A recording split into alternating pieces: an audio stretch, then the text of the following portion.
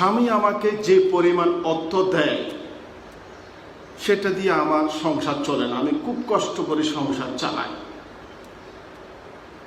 কিন্তু এই কথা আমার স্বামী বুঝতে চায় না।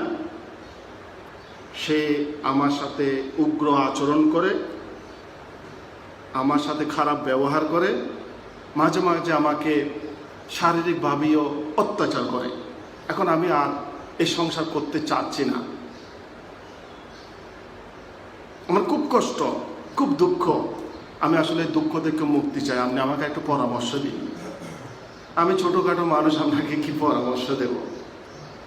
তা আমি ভদ্র মহিলার স্বামীর সাথে কথা বলেছি। তো তিনি বলছেন, দেখেন, আমি যা বেতন পাই সব বেতন আমার স্ত্রীকে দিয়ে দিই, সব পয়সা দিয়ে দিই। তিনি অপচয় করেন, তিনি অযথা খরচ করেন, তিনি আমার অবস্থা বুঝতে চান না। আসলে এভাবে তো সংসার চলে না। আমি আসলে ওনার সাথে আর সংসার করতে চাচ্ছি না। আমার মনে হয় এখানেই শেষ করা উচিত। তো একটা সময় আমি দুজনের সাথেই একসাথে বসার চেষ্টা করেছি, তাদেরকে বোঝাতে চেষ্টা করেছি, দেখেন, একসাথে থাকলে মনোমালিন্য হবে, কথা কাটাকাটি হবে, প্রাপ্তির সাথে চাহিদার ঘাটতি থাকতে পারে। তো এর অর্থ এই নয় আমাদের দুঃখ কষ্টের মধ্যে যেতে হবে। আপনাদের একটা সংসার ছিল, দীর্ঘ 15-16 বছরের বাচ্চা আছে। আপনারা যদি এই মুহূর্তে সংসার ভেঙে দেন, কি অবস্থাটা হবে একটু ভেবে দেখুন। আপনাদের তো জীবনটা তো শেষই হবে, আপনার বাচ্চাগুলোর জীবনটা ধ্বংস হয়ে যাবে। একটু মেনে নিন। আসলে সব সময় যে সব কিছু পাবেন এমন তো কোনো কথা নয়। একটু মেনে নিন, একটু সহ্য করুন, দেখবেন আপনাদের সংসার আবার টিকে যাবে। বলছেন না, আমি অনেকভাবে চেষ্টা করছি, তাদেরকে কোনোভাবেই বুঝাতে পারছিলাম না। তো শেষে আমি একটা কৌশল অবলম্বন করলাম। আমাদের আসলে দেখেন, জীবন আপনারা ঠিক যেভাবে ভাবছেন হয়তো সেভাবে নয়, অথবা আপনারা ঠিক যেভাবে জীবনটাকে চিন্তা করছেন আসলে ঠিক সেরকমই নয়। আমি যদি আপনাদের সামনে দুটো অপশন রাখি, ধরেন একটা অপশন হলে একটা ব্যাগে করে আপনাকে অনেকগুলো অর্থ দেওয়া হলো, আর একটা ব্যাগে করে আপনাকে অনেক আনন্দ দেওয়া হলো, সুখ দেওয়া হলো। আপনি কি করবেন? বলেন, আমরা তো আনন্দই চাই, আমরা তো সুখ চাই, আমাদের টাকা পয়সার দরকার নেই। তাহলে তো সমস্যার সমাধান হয়ে গেল। টাকার মোহ ছেড়ে দিন, টাকার মোহ ছেড়ে দিন। স্ত্রীকে বলছি, আপনার স্বামী আপনাকে যতটুকু দেয় সেটার উপরেই আপনি সন্তুষ্ট থাকুন, সেটার উপরে আপনি জীবনযাপন করার চেষ্টা করুন। স্বামীকে বলেছি, যেহেতু এটা আপনার সংসার, আপনার যতটুকু সামর্থ্য আছে সংসারে সেই চাহিদা পূরণ করা আপনার দায়িত্ব। কাজে টাকার মোহ ছেড়ে দিয়ে সুখের সন্ধান করুন, আবার মিলিত হন। যৌবনকালে মানুষের সংসারের প্রয়োজন হয় না, মানুষের সংসার প্রয়োজন হয় বৃদ্ধকালে। আপনাদের যখন বয়স বাড়বে তখনই আপনারা পরস্পরের শূন্যতা অনুভব করবেন। কাজে এখন থেকেই আপনাদের সংসারটা বিল্ড আপ করতে শিখুন, দেখবেন আপনাদের দুঃখ কষ্ট থাকবে না। যেটা বলে শুরু করেছিলাম, আসলে দুঃখ কষ্ট ছাড়া তো মানুষ হয় না। কষ্ট মানুষের আছে, দুঃখ আছে। আপনি মাছ বাজারে গিয়েছেন, ঠকেছেন, আপনার মনে কষ্ট পেল, দুঃখ পেল। আপনি একটা ভালো কিছু কিনতে চেয়েছিলেন, কিনতে পারেননি, আপনার একটু কষ্ট হবে। আপনার একজন আপনজন মারা গেছে, আপনি দুঃখ পাচ্ছেন, কষ্ট পেয়েছেন। তো এরকম কষ্ট দুঃখ ছাড়া কিন্তু মানুষ হয় না। তো মনোবিজ্ঞানীরা বলছেন, আপনার দুঃখ কষ্ট যদি 3 দিনের অধিক হয় তাহলে বুঝতে হবে আপনি কষ্টের মধ্যে, চরম কষ্টের মধ্যে আপনি আছেন। আপনি যদি দুঃখ কষ্টগুলো যদি খুব দ্রুত সময়ের মধ্যে যদি আপনি ভুলে যেতে পারেন, আপনি স্বস্তি পাচ্ছেন, শান্তি পাচ্ছেন। কিন্তু এটাকে যদি আপনি লালন করেন, এবং বলা হচ্ছে যদি আপনি 3 দিনের অধিক লালন করেন, মানে দুঃখটা যদি আপনাকে 3 দিন, 4 দিন, 5 দিন, 7 দিন এইভাবে আপনাকে দুঃখ কষ্ট যন্ত্রণা দিচ্ছে, তাহলে ধরে নিতে হবে আপনি নেতিবাচক আবেগের মধ্যে আছেন, চরম কষ্টের মধ্যে আছেন, দুঃখের মধ্যে আছেন, হতাশার মধ্যে আছেন। তো এই যে হতাশা, দুঃখ, কষ্ট, বেদনা, আমরা কিন্তু কেউ এই দুঃখ, কষ্ট, হতাশা, বেদনা নিয়ে জন্মগ্রহণ করিনি। এই দুঃখ কষ্টগুলো আমাদের মধ্যে এসেছে আমাদের পরিবার থেকে, পরিবেশ থেকে, আমাদের সমাজের যে পরিবেশ, এখান থেকে আমরা দুঃখ, কষ্ট, বেদনাগুলো আমরা নিজেরাই সৃষ্টি করেছি।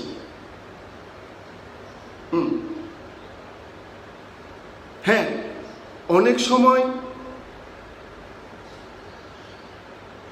সময় আমরা বিশেষ সুবিধা নিয়ে কিছু মানুষ জন্মগ্রহণ করে। যেমন ধনী ঘরে যদি জন্মগ্রহণ করে, সেখানে সে পুষ্টিকর খাবার পায়, একটু যত্ন বেশি পায়। কিন্তু গরিবের ঘরে জন্ম নিলেও কিন্তু সে স্নেহ আদর যেরকম পায়, বড় লোকের ঘরের সন্তানরা কিন্তু বরঞ্চ কম আদর স্নেহ যত্ন পায়। গরিবের ঘরের সন্তানেরা আদর স্নেহ যত্ন বরঞ্চ একটু বেশি পায়। তো কাজেই জন্মগতভাবে কিন্তু আমরা কেউ দুঃখ কষ্ট নিয়ে জন্মগ্রহণ করিনি। জন্মগ্রহণ আমাদের দুঃখ কষ্টগুলো সৃষ্টি করেছি আমরা নিজেরাই, এই পরিবেশ থেকে আমরা পেয়েছি। যেমন একজন ছোট বাচ্চা যখন স্কুলে যায়, তার কাছে কোনো চাহিদা নেই, তার কাছে কোনো লোভ নেই, তার কাছে কোনো হিংসা নেই।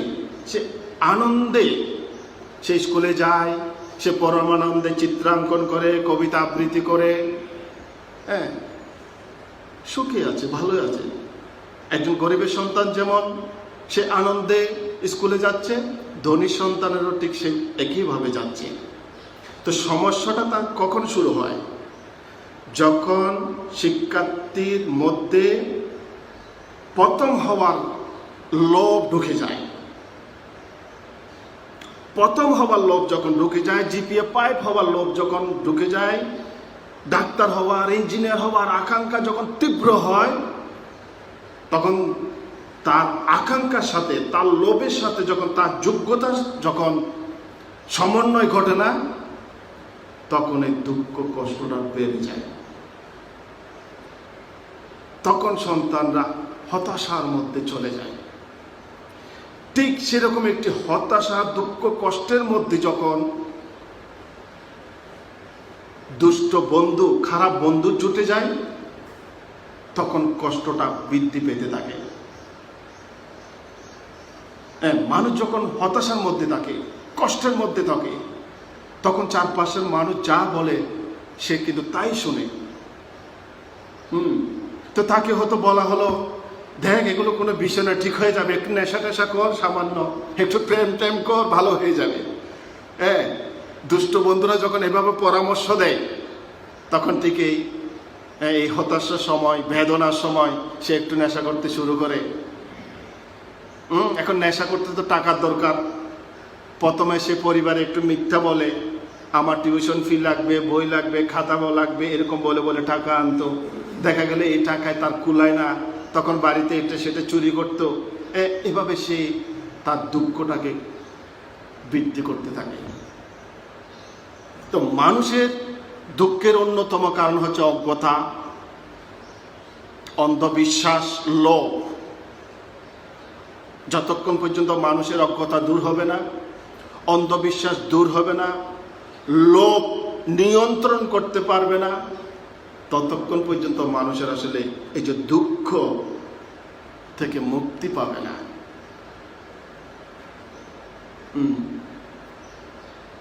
আপনার অযৌক্তিক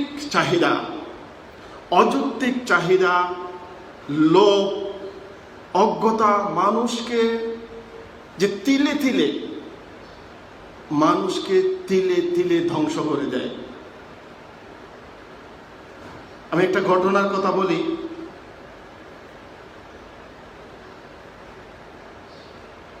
একজন আফ্রিকান নাগরিক, নাম তার জোসেফ হচ্ছেন জিম্বাবুয়ের নাগরিক। তিনি একজন কৃষক। সে কৃষি কাজ করে তার সুন্দর জীবন যাপন করছিলেন। আপনারা জানেন জিম্বাবুয়েতে প্রচুর ডায়মন্ডের খনি আছে। তো একদিন এই কৃষক জোসেফের বাড়িতে তার এক নিকটতম আত্মীয় এসেছেন বেড়াতে। তো সে জোসেফকে বলছে, জোসেফ, এই কৃষি কাজ তো অনেক কষ্টের কাজ এবং সারা জীবন তোমাকে কাজ করেই যেতে হবে। তুমি বরঞ্চ একটা কাজ করো, একটা ডায়মন্ডের সন্ধান করো। যদি একটি 50 গ্রাম ওজনের ডায়মন্ডও তুমি পেয়ে থাকো, তাহলে সারা জীবন তুমি আনন্দে তোমার জীবন অতিবাহিত করতে পারবে। এটা বলে আগন্তুক চলে গেলেন। জোসেফ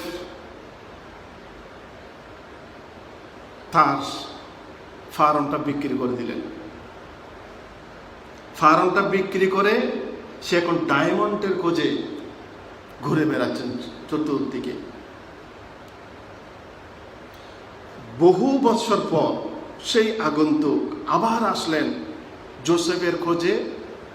দেখলেন সেখানে জোসেফ নেই, সেখানে অন্য ফার্মার বসবাস করছে, ক্ষেত করছে, এবং সে ওই নতুন ফার্মারের সাথে তার রুমে বসে বসে কথা বলছে। ঠিক এমন সময় দেখলো তার টেবিলের মধ্যে একটা পাথর বসিয়ে রেখেছে, পাথর। তো আগন্তুক বলছেন, এই পাথর আপনি কোথায় পেলেন? এটা তো ডায়মন্ড, আমি কিন্তু ডায়মন্ড চিনি। তো ফার্মার বলছেন, এই ডায়মন্ড পেয়েছি তো আমার ক্ষেতে। তাকে তো বলে গিয়ে দেখি, দেখলো পুরো ক্ষেত জুড়ে ডায়মন্ড, পুরো ক্ষেত জুড়ে ডায়মন্ড।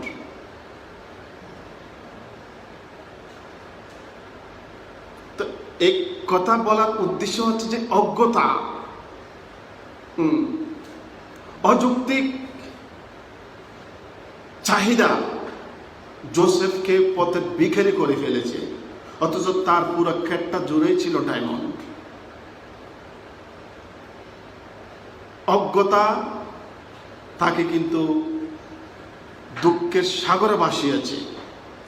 সে যে সুখী ছিল, সুখ থেকে সে প্রকৃতপক্ষে বঞ্চিত হয়েছে।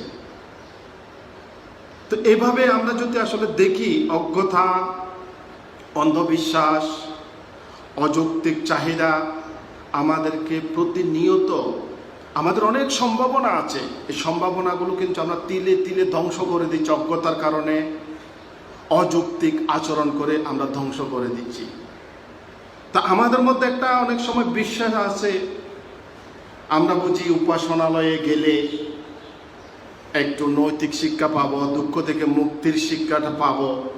আমরা সেই বিশ্বাস নিয়ে আমরা কিন্তু উপাসনালয়ে যাই একটু স্বস্তি পাওয়ার জন্য, একটু নৈতিক শিক্ষা পাওয়ার জন্য। আসলে কি বাস্তবতা তাই?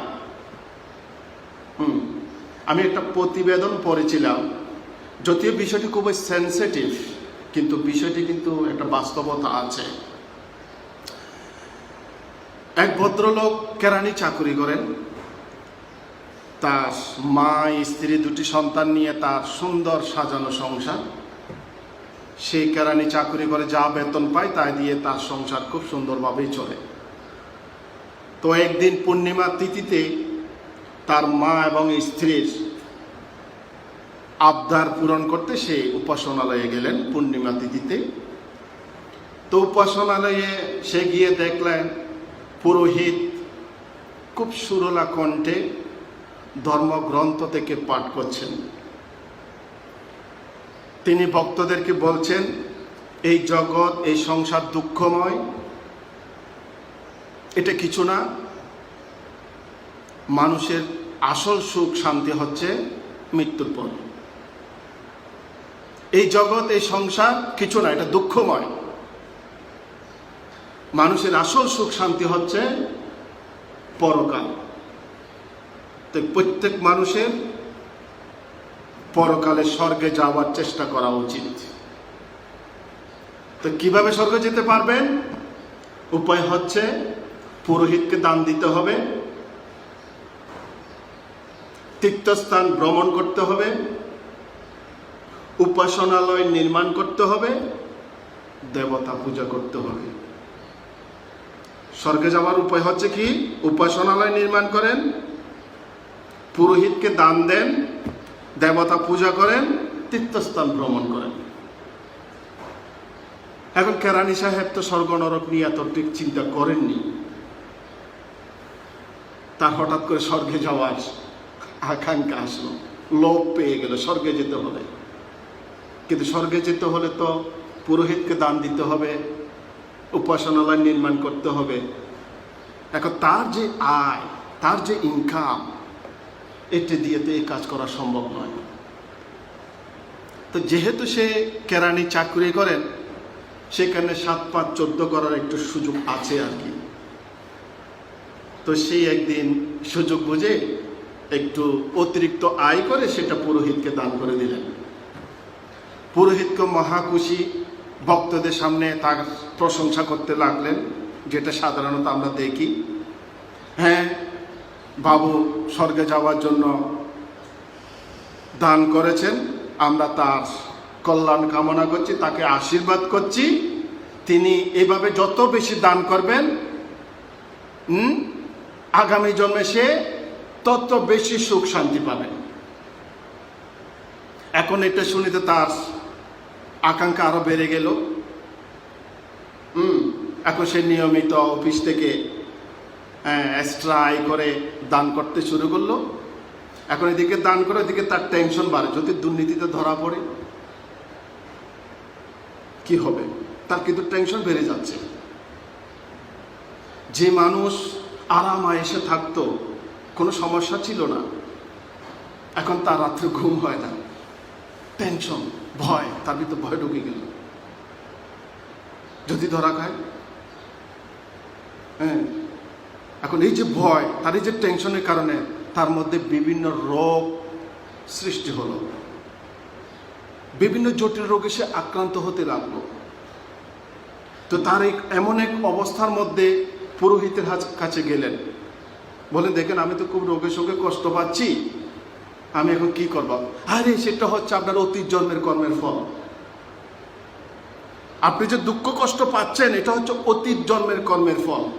আপনি ধৈর্য ধরেন, আপনি এখন যে দান দিচ্ছেন এর ফলে আপনি আগামী জন্মে সুখ শান্তি পাবেন।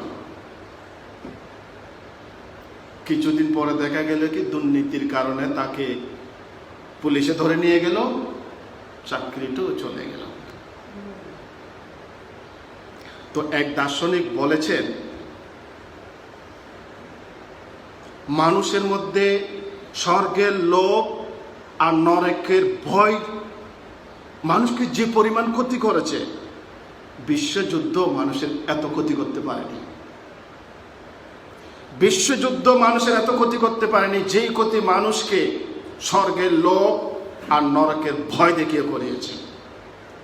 তা আপনি যদি একটা সুখ চান, শান্তি চান, দুঃখ থেকে মুক্তি চান,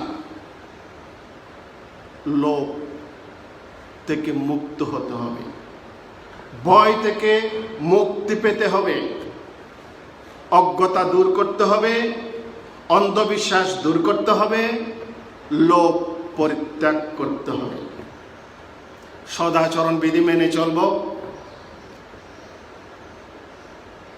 অযথা রেগে যাব না, হিংসা করব না, দুর্নীতি করব না, নেশা করব না, ব্যভিচার করব না, হ্যাঁ, মানুষের সাথে অসদাচরণ করব না, সদাচরণ বিধি মেনে চলব,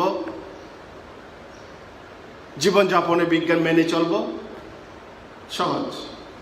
আপনার দুঃখ থেকে মুক্তি পাওয়া সহজ, কিন্তু দুঃখ পাওয়াটা অনেক কঠিন। দুঃখ পাওয়াটাই কঠিন, জটিল। জটিলের মধ্যে গিয়েই মানুষ দুঃখ পায়। আপনি দুঃখ পেতে হলে নেশা করতে হবে, নেশা করতে হলে টাকার দরকার। আর আপনি দুঃখ থেকে মুক্তি পেতে চাইলে শীতল জল পান করুন, টাকার দরকার নেই। তো দুঃখ থেকে মুক্তি পাওয়ার উপায়টা হচ্ছে নিজের সদিচ্ছা থাকতে হবে, অজ্ঞতা দূর করতে হবে, লোভ লালসা হিংসা বর্জন করতে হবে, সদাচরণ বিধি মেনে চললেই আমাদের জীবন সুন্দর হবে, নিরাপদ হবে, আমাদের পরিবার ভালো থাকবে, আমাদের চারপাশের মানুষগুলো ভালো থাকবে, আমরা ভালো থাকবো। তো ছোট করে আলোচনাটা শুনেছেন, এই জন্য সবাইকে ধন্যবাদ জানাচ্ছি।